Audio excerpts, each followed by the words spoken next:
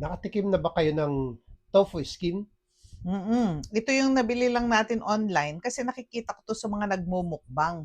Ito yung dried tofu skin at, parang na-curious ako kung ano ang lasa. Mhm. Kaya eto, tikman natin. Yes. Magluto tayo. Bale 200 grams lang yung kukunin natin na tofu skin nito kasi masyadong marami 'to. So, ilang lutuan 'to. Dried ito kaya ibo-boil natin. Pero unahin na natin i-boil yung bok choy. Masarap kasi ito, may gulay siya. Mhm. Damihan niyo yung bok choy niyo kasi masarap pala siya 'pag maraming gulay, medyo konti lang ito, 200 grams lang 'to, nabitin ako. Mahilig kasi talaga ako sa gulay. Ayan, mga 1 minute puwede na 'yan. Gano'n din yung ating dried tofu. Yan. Boil lang din ng 1 minute para maalis-alis din yung alat niya ano. So ayan, saka natin i-drain. Ayan. Masarap ito. Alam nyo, first time ko rin na nakakain ito, pero masarap siya. Ayan. Gawin natin yung sauce. 1 cup na tubig.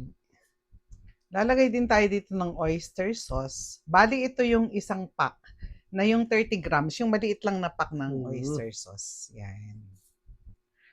Lalagay din tayo ng liquid seasoning, 1 tablespoon lang.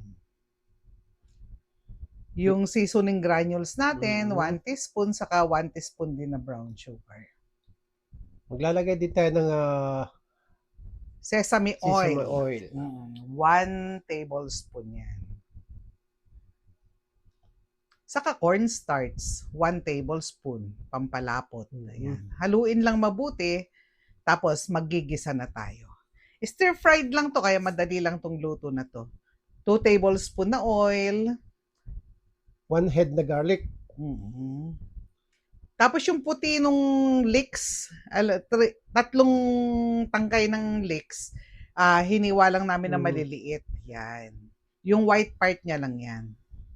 Bell pepper. 2 piraso isang red, isang green. Para makulay ba yung ating stir fry. Ilagay na natin yung ating nilagang bok choy. Yan, gisa-gisahin lang dyan, palasahin lang yung mga panggisa. Saka na natin ilagay yung ating tofu skin na na-boil. Ayan. Ganyan lang siya. Pag naluto-luto, ilagay na natin yung leeks. Ito naman yung kanyang green part. Oo. Dulo. Bali 3 leeks ang nagamit natin dyan. Saka na yung ating sauce. Yan. Paglagay ng sauce niyan, patutuyuin na lang yan kasi lalapot na yan. May cornstarch kasi to. Para kumapit yung sarsa doon sa ating tofu skin. So, yan. Tapos na yan. Ganyan lang. Masarap ito. Lagi ko ito nakikita sa mga nagmumukbang kaya naengganyo ako. Parang na-curious lang ba ako kung anong lasa. At hindi naman ako nagsisi kasi talagang masarap siya. Nakakabusog pa. Yes.